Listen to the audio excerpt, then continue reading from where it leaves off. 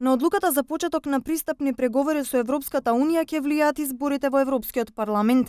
Председателот и директор на Берлинската канцеларија на Германскиот Маршалов фонд Томас Клейне во изјава за 1 ТВ вели дека целиот фокус на Брисел сега е насочен на изборите во мај.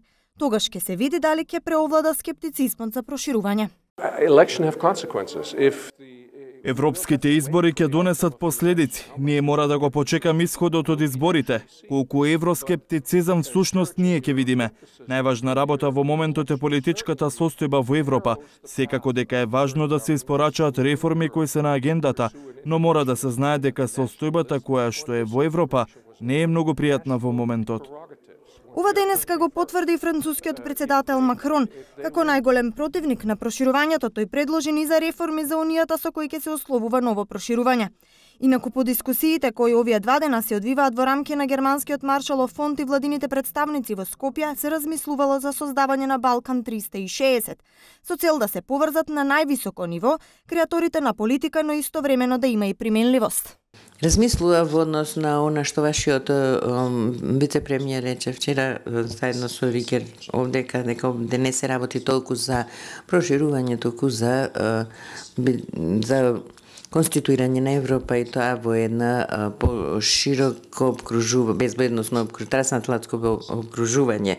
Ние разговаравме за ова и ја веруваме дека е многу важно и токму заради она што беше идентификувано како тектонските промени во глобалната безбедност. Министерот Димитров пак смета дека сме подготвени за ново поглавје и дека доследно се придржуваме до имплементирање на реформскиот процес. Да инвестираме политички капитал, да размислуваме долгорочно, да размислуваме за идните генерации и да произведеме една иднина во еден регион кој е толку богат со историја. Преспанскиот договор ги отвори вратите за Европската Унија и НАТО, но сепак сега е време за реформскиот процес. Реформите кои се потребни се реформите во правосудството, јавната администрација, безбедносните служби, како и антикорупцијската комисија.